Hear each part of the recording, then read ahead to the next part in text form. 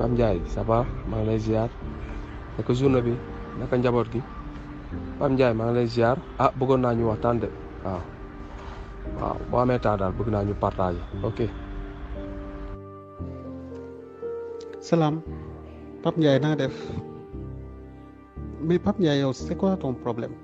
yow est-ce que amoo leneen loo war a mën a lijjanti loolu Adji Sarr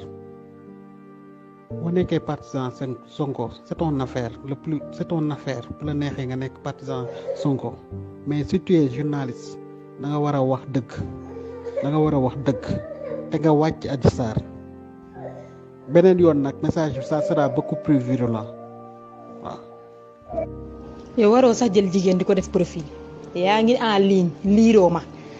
waroo sax jël ay jigéen di ko def profil parce que yow faale woo jigéen respecté woo jigéen xam naa sa yaay cagala woon di taxawaalu ci mbedd bi moo tax respecté woo jigéen. Adji Sarr di ngeen ko yàbbi di ngeen ko bàyyi ci nii wala ci nee parce que Adji Sarr dafa am ay mbokk ñu nag yéen nag ba géej bi fer toog leen di waxal Sonko rek ñun ñuy dagg seen ndey bu dee ndey Sonko daa gën a liggéey seen ndey ngeen war a toog maandu toog ci télé yi di duul mel ni Adji Sarr moo lay fay par weer. wala yow yéen seen télé boobu ba bu dul woon coowal Adji Sarr gii yéen doo leen am loo leen kenn du leen seetaan parce que yéen ci coowal Adji Sarr ngeen di businessé di ci am xaalis. gis nga ñun yaa ngi liir say message maa ngi lay yónnee message nga ne tekk di liir jur nga doom bu jigéen am nga rakk yu jigéen nu ñu def ba am sa numéro noonu lañ mën a def ba yebal ay nit sa kër def la lu ñu neex te du mujjee fenn waaw Adji Sarr dafa am ay mbokk di nga ko bàyyi ci nii wala ci nee. waaw bàyyi jàmbu tout tranquille bu fekkee yow mën nga supporter saaga ndey yi ñu lay saaga rek